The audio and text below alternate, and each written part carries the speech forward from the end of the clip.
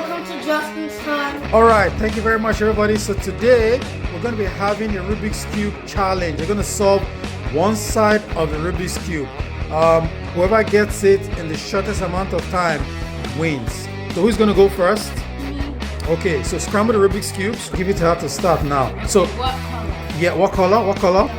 Yellow. So you solve yellow and your time starts now.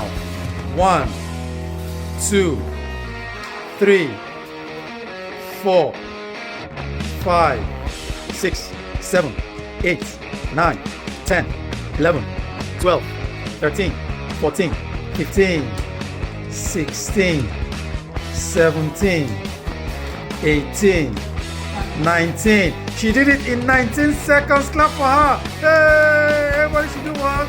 Like and subscribe. So now we're going to Justin. So you scramble it and Justin will solve. You did it in 19 seconds, right? So Justin, you have to beat that time. You have to solve red in 19 seconds.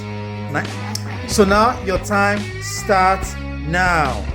1, 2, 3, 4, 5, 6, 7, 8, 9, 10, 11, 12, 13, 14 seconds! Justin is the winner! He's so good, right? Everybody should like